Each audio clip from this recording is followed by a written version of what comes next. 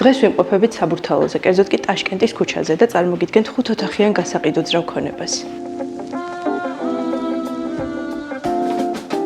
ქონების საერთო ფართია 192 კვადრატული მეტრი, სადაც შევხვდებით 3 საძინებელსა და 2 სველწერტილს, ასევე იზოლირებულ სამზარეულოსა და მისაღებს, დამატებით კი საკუჭნაოსა და კაბინეტს.